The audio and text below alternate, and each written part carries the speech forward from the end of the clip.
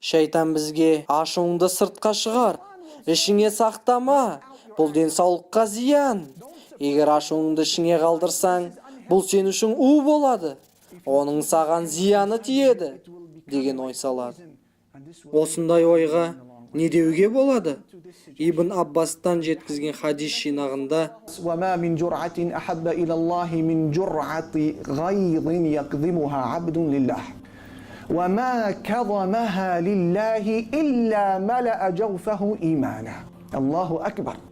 Алланың құзырында жұтылған ашудан артық сүйкімді нәрсе жоқ. Кімде-кім ашуын жеңіп оны жұтып қойса, Алла оның кеудесін иманға толтырады. Көрдіңіз бе?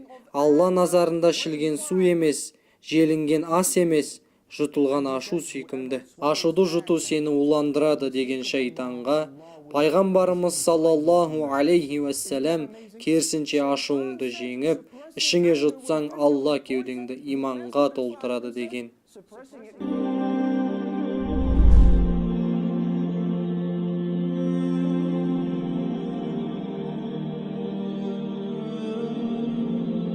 Осы видеоға лайк басып, арнамызға жазылыңыздар және достарыңызбен де бөлісуді ұмытпаңыздар.